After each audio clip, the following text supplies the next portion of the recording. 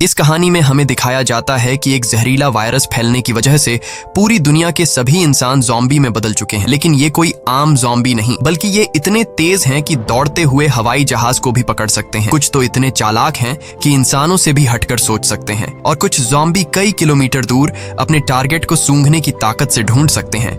लेकिन इस खतरे से घिरी हुई दुनिया में अब सिर्फ 2 ही इंसान जिंदा बचे हैं। क्या ये दोनों सरवाइव कर पाएंगे या नहीं, जानते हैं आज की इस वीडियो में। कहानी की शुरुआत में हम एक लड़के को देखते हैं जो अपने कमरे में बैठकर टीवी पर कार्टून देख रहा होता है कि तभी अचानक टीवी का सिग्नल चला जाता है और स्क्रीन पर एक इमरजेंसी रिपोर्ट आने लगती है। ये खबर उस लड़के की मुस्कुराहट छीन लेती है। टीवी में बताया जाता है कि दुनिया भर में एक बहुत ही जहरीला वायरस फैल गया है, जिससे इन्फेक्टेड लोग कुछ मिनटों के अंदर भयानक ज़ॉम्बी जैसे बन जाते हैं। ये वायरस बहुत तेजी से फैलता है और पूरी दुनिया इस वायरस की चपेट में आ चुकी है। टीवी में बताया जाता है कि जो भी ये खबर सुन रहा है वो जल्दी से खुद के लिए कोई सेफ जगह देख ले। लड़का ये सब देख ही रहा होता है कि अचानक ऊपर के कमरे से अजीब तरह की आवाज आती है। वो आवाज सुनकर लड़के के गले में सांसें अटक जाती हैं। लड़का धीरे धीरे ऊपर जाकर देखता है तो पता चलता है कि ये उसकी बड़ी बहन का मजाक था। उसके बाद ये दोनों लड़के अपनी माँ के कमरे की तरफ जाते हैं और वहां जाकर ये देखते हैं कि उनकी माँ बहुत परेशान है।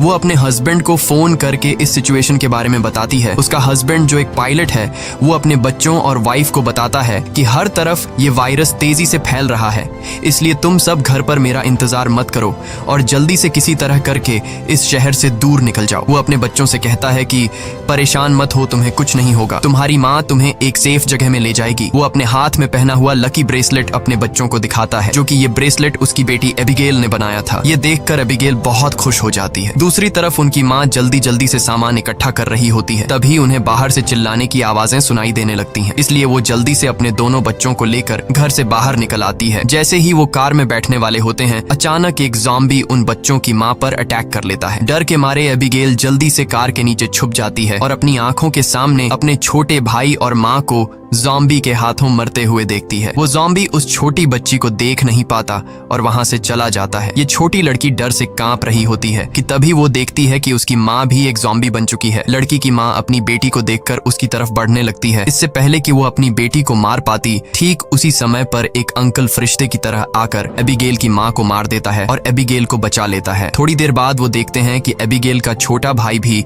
ज़ॉम्बी में कन्वर्ट हो रहा है, इसलिए वो आदमी लड़की को कान बंद करने के लिए कहता है और उसके ज़ॉम्बी बन चुके छोटे भाई को भी गोली मार देता है। अब इसके बाद 10 साल के बाद का सीन दिखाया जाता है और हम देखते हैं कि ज़ॉम्बी वायरस की वजह से इंसानी सभ्यता पूरी तरह से बर्बाद हो चुकी है। कभी रोशनी से चमकने वाले शहर अब वीरान हो चुके हैं और अब तक सारे इंसान या तो मर चुके हैं या फिर ज़ॉम्बी बनकर इधर उधर भटक रहे हैं और सिर्फ 2 ही लोग जिंदा बचे हैं। वो छोटी लड़की एबिगेल जिसे अंकल ने बचाया था, अब वो बड़ी हो चुकी है। उस दिन से लेकर अब तक एबिगेल अंकल जैक की नजरों में पली बढ़ी और जैक ने उसे ट्रेन करके ज़ॉम्बी से लड़ना सिखा दिया है। उस दिन अगर उसकी लाइफ में जैक नहीं आता तो एबिगेल अब तक मर चुकी होती, इसलिए एबिगेल जैक को अपना पिता मानती है। इतने सालों तक जंगल में अकेले रहने के बाद एबिगेल को बहुत ही लोनली महसूस हो रहा होता है। उसकी सबसे बड़ी इच्छा है कि उसे कोई इंसानी बस्ती मिल जाए जहां वो लोगों के साथ मिलकर रह सके, लेकिन जैक को लोगों के बीच रहना बिल्कुल भी पसंद नहीं। रात को जब वो दोनों जंगल में कैंप लगाकर सो रहे थे, तभी किसी की आवाज से जैक की आंख खुल जाती है। वो धीरे से अपने कैंप से बाहर निकलकर देखता है कि तभी एक ज़ॉम्बी जैक पर हमला कर देता है, लेकिन जैक लगातार गोलियां चलाकर उसे मार देता है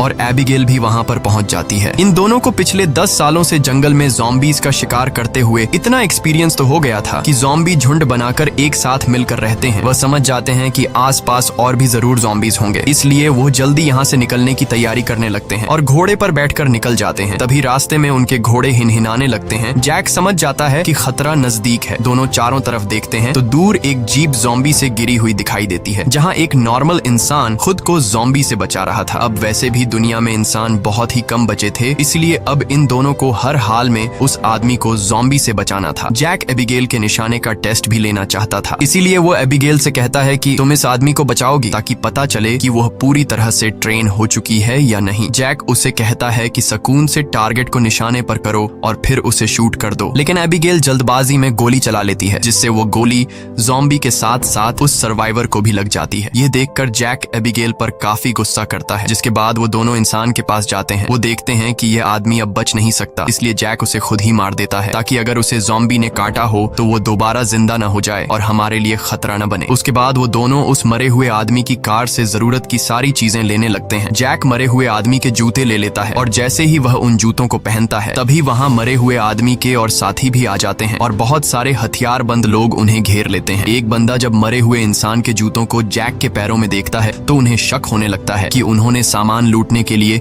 उनके साथी को मारा है। जब ये लोग जैसे ही इन दोनों को मारने लगते हैं तभी एक प्रेग्नेंट लेडी कार से उतरती है और अपने साथियों से इन दोनों को छोड़ने के लिए कहती है। तभी काला घोड़ा फिर से इन्हें वार्निंग देता है और अगले ही पल दूर जंगल से तेज आवाजें आने लगती हैं। बहुत सारे ज़ॉम्बी तूफान की तरह चारों तरफ से उनकी ओर बढ़ने लगते हैं। वो लोग इतने तेज रफ्तार से आते हैं कि उन्हें भागने का मौका नहीं मिलता, इसलिए हथियार निकालकर वहीं मुकाबला करते हैं। यहाँ सबके पास हथियार तो थे मगर ज़ॉम्बी की तादाद काफी ज्यादा थी, इसलिए वो एक एक करके ग्रुप के बहुत से लोगों को काट लेते हैं। बचे हुए लोगों के पास छुपने की कोई जगह नहीं होती और जल्द ही यह बहुत ही कम लोग बच जाते हैं। एक मजबूत आदमी बदकिस्मती से ज़ॉम्बी के काटने का शिकार हो जाता है, इसलिए वह खुद को गोली मारना चाहता है लेकिन उसके बंदूक में गोलियां खत्म हो जाती हैं। अब उन्हें पता चल चुका था कि वो उनसे लड़ नहीं पाएंगे, इसलिए एबिगेल प्रेग्नेंट लेडी को लेकर गाड़ी में बैठाती है। गाड़ी में प्रेग्नेंट लेडी का हस्बैंड भी बैठा होता है और जैक गाड़ी स्टार्ट करके जल्दी से वहाँ से निकल जाते हैं। पूरे ग्रुप में अब ये सिर्फ 4 लोग ही बचे थे, बाकी सब ही ज़ॉम्बीज के शिकार हो चुके थे। एक काले चेहरे वाला ज़ॉम्बी अपने साथियों को मरा हुआ देखकर बहुत ज्यादा गुस्सा हो जाता है। उधर ये चारों ज़ॉम्बीज से जान छुड़ाकर गाड़ी में सफर कर रहे होते हैं। रास्ते में जैक पीछे बैठी लेडी से पूछता है कि तुम हो कौन और यहाँ क्या कर रहे थे। पूछने पर पता चलता है कि यह बचे हुए लोग शिप टाउन नाम की जगह पर जाना चाहते थे जहाँ पर सेफली इंसान रहते हैं। वहाँ जरूरत की तमाम फैसिलिटीज हैं और हम सब वहाँ जाकर एक नॉर्मल जिंदगी गुजारना चाहते थे। ये सुनकर एबिगेल बहुत खुश होती है क्योंकि यही तो वो जगह है जहाँ वह हमेशा से जाना चाहती थी। जिस पर जैक ने कहा कि यहाँ पर कोई भी ऐसी कॉलोनी वगैरह नहीं है, मैं पिछले 10 सालों से यहाँ वहाँ भटक रहा हूँ, मुझे तो कोई ऐसी कॉलोनी नहीं दिखाई दी। तभी अचानक बीच रास्ते में उनकी गाड़ी खराब हो जाती है। इस दौरान प्रेग्नेंट लेडी का हस्बैंड बाहर निकलता है जिसका नाम डेविड है। वह उनसे कहता है कि मैं एक मैकेनिक हूँ और मैं इसे ठीक कर सकता हूँ, लेकिन औजार न होने की वजह से गाड़ी ठीक नहीं हो पाती, इसीलिए यह लोग गाड़ी को यहीं पर छोड़कर पैदल सफर करने लगते हैं। कई किलोमीटर सफर करने के बाद वह लोग एक वीरान सोसाइटी में पहुंच जाते हैं। यहाँ ऊंची इमारतें अभी भी खड़ी हैं लेकिन हर तरफ मौत की शांति छाई हुई है। ये लोग सबसे पहले इस जगह की अच्छी तरह से जांच भी करते हैं। जब उन्हें कोई खतरा महसूस नहीं होता तो यह लोग रात यहाँ गुजारने का फैसला करते हैं। रात को वह लोग आग जलाकर खाना पकाते हैं। एबिगेल शिप टाउन नाम के उस जगह पर जाने के लिए बहुत बेताब थी। वह उस प्रेग्नेंट औरत से उस जगह के बारे में बातचीत करने लगती है। प्रेग्नेंट औरत उससे बताती है कि हमारा पहले से उस शिप टाउन में रहने वाले लोगों के साथ रेडियो पर कांटेक्ट हो चुका है। वह एक बहुत ही खूबसूरत जगह है जहां हम आजादी से रह सकते हैं। ये बातें सुनकर एबिगेल की आंखों में चमक उठी। दूसरी तरफ जैक बाहर चारों ओर जाल बिछा देता है ताकि अगर वह लोग सो भी जाए तो खतरा करीब होने पर फौरन पता चले। जैक अंदर आकर एक मैप निकालता है और सबको समझाता है कि वो मेगन और डेविड को कुछ दूर तक पहुंचाएगा और उसके बाद दोनों अलग अलग रास्ते पर चले जाएंगे। लेकिन एबिगेल जैक के इस फैसले से खुश नहीं थी। वह जैक के पास जाकर उससे बहस करती है कि डेविड अपनी प्रेग्नेंट वाइफ को उस जगह तक सेफली नहीं पहुंचा पाएगा, इसलिए हमें उनके साथ चलना चाहिए। जैक कहता है हमें समझदारी से काम लेना चाहिए। देखो, जहां लोग ज्यादा होते हैं वहां पर खतरा भी ज्यादा होता है। लेकिन एबिगेल जैक के इस फैसले से नाराज होकर चली जाती है। हालांकि दोनों को ये नहीं पता होता कि वह काले चेहरे वाला ज़ॉम्बी उनकी गाड़ी को सूंघते हुए वहां तक पहुंच चुका है। अगली सुबह एबिगेल छत पर बैठकर अपने बचपन की फोटोज देख रही होती है कि अचानक नीचे पेड़ों से सरसराहट की आवाज आती है। वह समझ जाती है कि ज़ॉम्बी अंदर आ गए हैं और सबको वार्निंग देने के लिए नीचे दौड़कर जाती है कि तभी रास्ते में एक ज़ॉम्बी भी उसके पीछे लग जाता है। एबिगेल खुद को बचाते हुए ऊपर सीढ़ियों पर चढ़ने लगती है और पीछा करने वाले ज़ॉम्बी को झटका देते हुए नीचे गिरा देती है। लेकिन इस चक्कर में उसका बैलेंस बिगड़ जाता है जिससे वह भी नीचे गिरने वाली होती है। लेकिन तभी जैक ने वक्त पर आकर उसे बचा लिया। थोड़ी देर बाद काले चेहरे वाला ज़ॉम्बी अपने साथियों के साथ वहां पहुंच जाता है क्योंकि उसे पता चल जाता है कि उनका साथी कहां पर मरा है। लेकिन वह पहले से बिछाई गई जाल में फंस जाते हैं जिसमें काफी सारे ज़ॉम्बी मारे जाते हैं। जैक धमाके की आवाज सुनकर समझ जाता है कि ज़ॉम्बी का झुंड उस जगह तक पहुंच गया है जहां हम कल रात ठहरे थे और ज़ॉम्बी अभी तक उनका पीछा कर रहे हैं। लेकिन अच्छी बात ये थी कि ये लोग उस जगह को छोड़कर वहां से आगे निकल चुके थे। तभी रास्ते में एबिगेल को याद आता है कि थोड़ी दूर पर एक छोटा सा हवाई अड्डा है जहां पर मेरे फादर काम किया करते थे। शायद वहां कुछ हवाई जहाज बचे हों जिससे हम आसानी से शिप टाउन तक पहुंच सकते हैं। लेकिन जैक कहता है कि अगर हम एयरपोर्ट गए तो वह एक खुली जगह जगह है और अगर वहाँ ज़ॉम्बीज ने घेर लिया तो वहाँ हमारे पास जान बचाने का कोई रास्ता नहीं होगा और मुश्किल है कि हमें वहाँ एरोप्लेन भी मिल जाए। लेकिन एबिगेल के बार बार कहने पर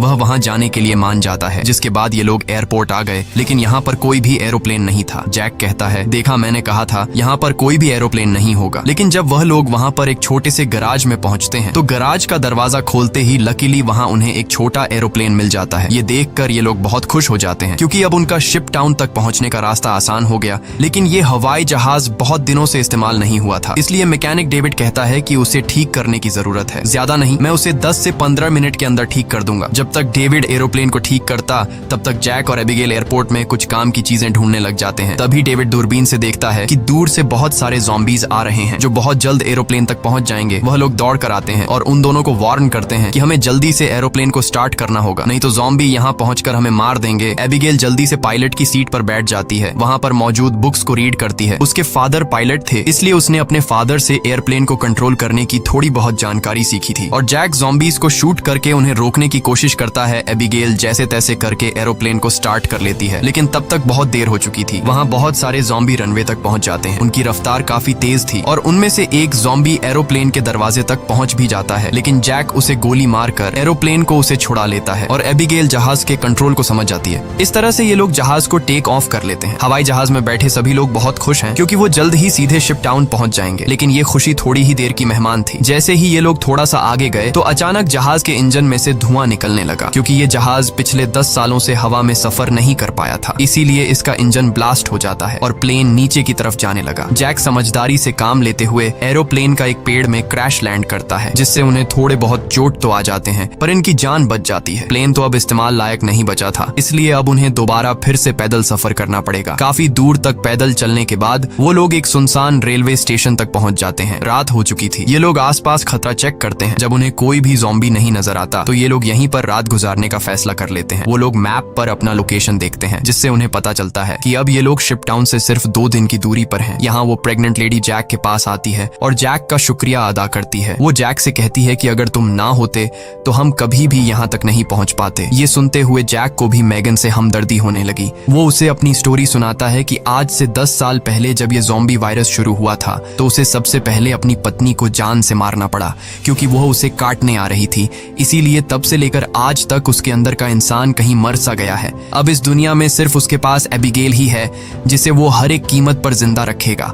और जैक मैगन से ये भी कहता है कि अब उसका इरादा बदल चुका है। मैं अब सबसे पहले तुम्हें शिप टाउन तक पहुंचाऊंगा, जिसे सुनकर मैगन बहुत खुश हो जाती है। दूसरी तरफ हम देखते हैं कि मैगन का हस्बैंड डेविड अपने सर पर गन रखकर खुद को मारने की कोशिश करता है। दरअसल उसके पैर में एक ज़ॉम्बी ने काट लिया था, लेकिन अभी तक डेविड ज़ॉम्बी नहीं बना था क्योंकि वो घाव बहुत ही छोटी है, इसीलिए उसके ज़ॉम्बी बनने की रफ्तार काफी स्लो चल रही है। अब उसने फैसला किया कि वो अपनी पत्नी मैगन को इस शिप टाउन तक पहुंचाकर खुद को उससे दूर कर लेगा। अगली सुबह ये चारों फिर से अपना सफर जारी रखते हैं। तब रास्ते में जैक को डेविड की हरकतें कुछ अजीब लगने लगती हैं। जैक समझ गया कि ये इन्फेक्टेड है, इसीलिए वह उसे पकड़कर एक खाली जगह में ले जाता है जहां उसकी वाइफ और एबिगेल नजर नहीं आती। वो डेविड की पैंट को ऊपर करता है और उसे ज़ॉम्बी का काटा हुआ निशान नजर आ जाता है। अब जैक को ये बात कंफर्म हो चुकी थी कि डेविड जल्द ज़ॉम्बी बनने वाला है। जैक उससे कहता है कि बताओ तुम खुद से मरना पसंद करोगे या फिर मैं मारूं। डेविड कहता है मैं किसी को नुकसान नहीं पहुंचाऊंगा और अगर ऐसी नौबत आ भी गई तो मैं खुद को ही मार दूंगा। इसीलिए वो डेविड को छोड़ देता है। चलते चलते रात हो जाती है और आगे उन्हें एक घर दिखाई देता है। जैक बंदूक तान कर आगे बढ़ने लगता है। तभी अचानक एक तेज लाइट चमकती है और उन्हें स्पीकर के जरिए से कहा जाता है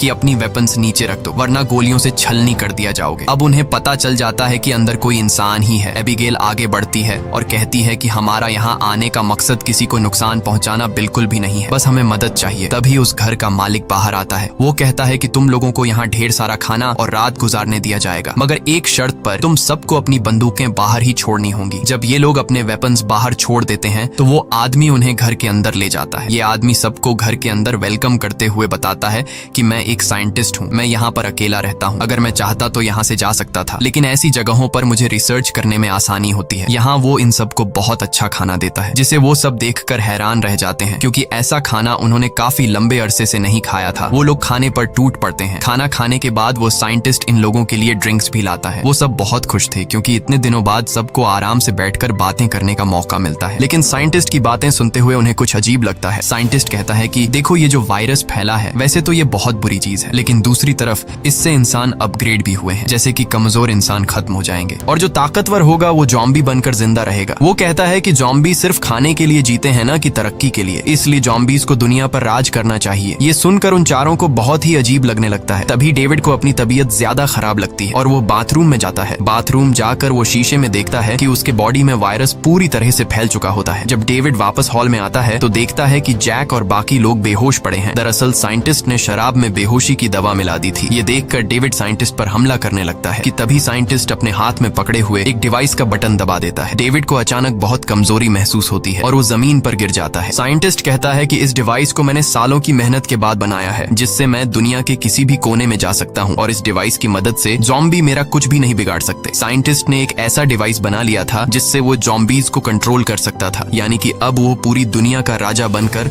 सबको अपने इशारों पर नचवाएगा। उसके बाद डेविड बेहोश हो जाता है और जब डेविड को दोबारा होश आता है तो वो देखता है कि उसे और उसके साथियों को बांध दिया गया है और अब साइंटिस्ट उन चारों पर एक्सपेरिमेंट करने वाला है। ये सब करने के बाद साइंटिस्ट कहता है कि क्या तुम लोग मेरी वाइफ से मिलना चाहोगे। उसके बाद हम साइंटिस्ट की वाइफ को देखते हैं जो कि एक ज़ॉम्बी थी और साइंटिस्ट ने उसे पिंजरे में बंद कर रखा था और वो इंसानों को पकड़कर उसे खिलाता था। ये डिवाइस भी साइंटिस्ट ने अपनी बीवी पर एक्सपेरिमेंट करके बनाई थी। साइंटिस्ट जब पिंजरे का दरवाजा खोलता है तो उसकी वाइफ सबसे पहले उसी पर अटैक करने लगती है, लेकिन साइंटिस्ट उसे कंट्रोल करके उन चारों की तरफ भेज देता है। वो जैक पर हमला कर देती है, लेकिन वो उसे लात मारकर पीछे धकेल देता है। लेकिन तभी डेविड वायरस की ताकत से रस्सी तोड़ देता है और अपने बाकी साथियों को भी छुड़ा देता है। घर का मालिक खतरा भांपकर तुरंत भाग जाता है। उसके बाद वो चारों भी अपना सामान लेकर जल्दी से बाहर निकल आते हैं। लकीली बाहर उन्हें साइंटिस्ट की गाड़ी मिलती है और ये चारों उसी में बैठकर जंगल की तरफ निकल जाते हैं। लेकिन साइंटिस्ट हार नहीं मानने वाला था। वो अपने डिवाइस के जरिए ज़ॉम्बी के झुंड को कंट्रोल करके उनका पीछा करवाता है। जैक गाड़ी की स्पीड को बढ़ाकर ज़ॉम्बीज को काफी पीछे छोड़ देता है, लेकिन आगे का रास्ता बंद था। अब उनके पास पैदल जाने के अलावा और कोई चारा नहीं है। थोड़ा सा आगे पैदल चलने के बाद ज़ॉम्बी दोबारा उन तक पहुंच जाते हैं। डेविड जान जाता है कि उसके पास ज्यादा वक्त नहीं है, वो कुछ ही देर बाद ज़ॉम्बी बन जाएगा, इसलिए वो उन लोगों से आगे बढ़ने को कहता है और खुद पीछे रहकर ज़ॉम्बी को रोकने का फैसला करता है। लेकिन उसकी वाइफ उसे जाने नहीं देना चाहती थी, जिस पर डेविड कहता है कि तुम्हें हमारे बच्चे के लिए जिंदा रहना होगा और ये सब मैं अपने आने वाले बच्चे के लिए कर रहा हूँ। उसके बाद डेविड ज़ॉम्बी से लड़ पड़ा और बड़ी बहादुरी से उनका सामना करने लगा। काफी देर तक वो ज़ॉम्बी उसको रोक लेता है और उसके साथी ज़ॉम्बी से काफी दूर चले जाते हैं, लेकिन तभी एक ज़ॉम्बी आकर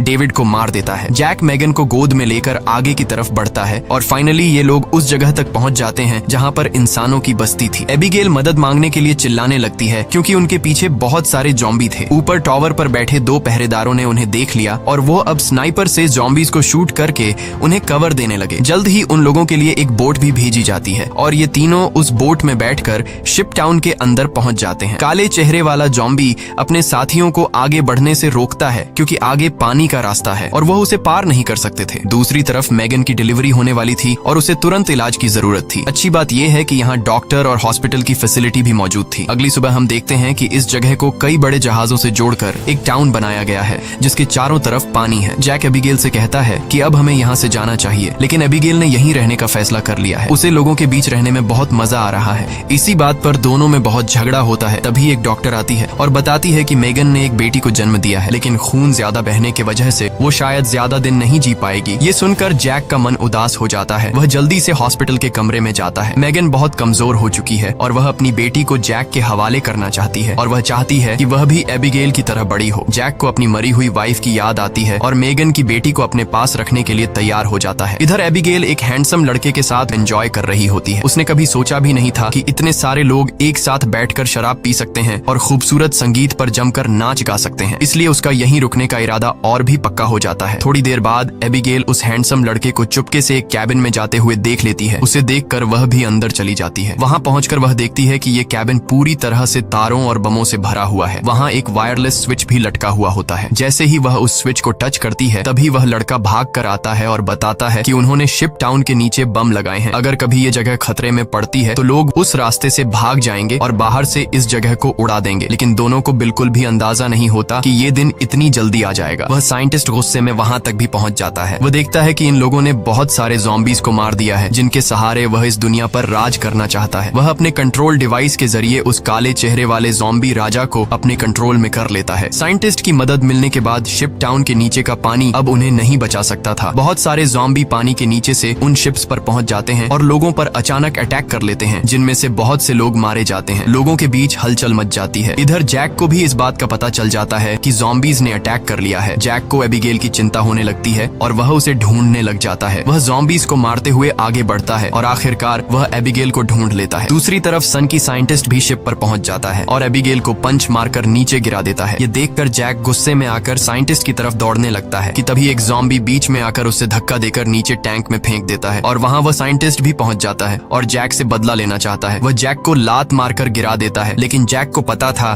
कि साइंटिस्ट से लड़ना फुदूल है, इसीलिए वह साइंटिस्ट पर हमला करके उसके हाथ में लगे डिवाइस को दीवार से मारकर तोड़ देता है। अब साइंटिस्ट के पास ज़ॉम्बीज़ को कंट्रोल करने की पावर नहीं रही, जिसके बाद बूढ़ा साइंटिस्ट जल्द ही ज़ॉम्बी का शिकार बन जाता है। अच्छी बात यह थी कि इस कैंप में पहले से ही भागने का रास्ता बना हुआ था। बहुत सारे बचे हुए लोग सुरंग के रास्ते नदी के दूसरे किनारे पर पहुंच जाते हैं। जब वह बम चालू करने वाले होते हैं तो वह हैंडसम लड़का बटन नहीं दबाता, क्योंकि एबिगेल अभी भी शिप पर है। अब जैक और एबिगेल बाहर की तरफ भागने लगते हैं, लेकिन पीछे से ज़ॉम्बी राजा एबिगेल को पकड़ लेता है। तभी जैक तेजी से उस ज़ॉम्बी को लकड़ी से सर पर मार देता है, जिससे वह पीछे गिर जाता है। अचानक एबिगेल की नजर गलती से उस ज़ॉम्बी राजा के हाथ में बंधे ब्रेसलेट पर पड़ती है। ये वही ब्रेसलेट था जो उसने बचपन में अपने हाथों से अपने पिता के लिए बनाया था। वह समझ जाती है कि ये ज़ॉम्बी उसके पिता हैं, लेकिन अब वह इंसान नहीं बल्कि ज़ॉम्बी बन चुका था। यहाँ पर जैक उसे हाथ से पकड़कर जबरदस्ती खींचकर भागने को कहता है। वह हैंडसम लड़का दोनों को भागते हुए देखकर तुरंत वायरलेस रिमोट का बटन दबा देता है और पूरा शिप टाउन राख में बदल जाता है। हालांकि इन सब की लड़ाई भी खत्म नहीं हुई थी। कैंप का सरदार अपनी गर्दन पकड़कर आता है,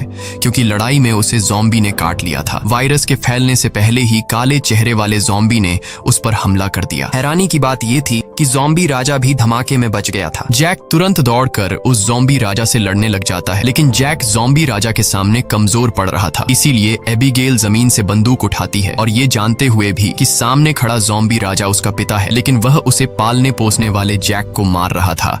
इसलिए एबिगेल बिना सोचे समझे उस काले चेहरे वाले ज़ॉम्बी राजा को गोली मार देती है, क्योंकि अगर वह उसे गोली नहीं मारती तो वो ज़ॉम्बी राजा वहां पर मौजूद सब लोगों को मार देता। उसके बाद जैक और एबिगेल गले लगते हैं और अब जैक, एबिगेल और बचे हुए लोग दूर समुद्र में एक सुनसान द्वीप की तरफ देखते हैं और वहीं एक नई इंसानी बस्ती बसाने का फैसला करते हैं। इसी के साथ ये कहानी खत्म हो जाती है। अगर वीडियो आपको अच्छी लगी हो तो हमारे चैनल को सब्सक्राइब और वीडियो को लाइक जरूर कीजिएगा।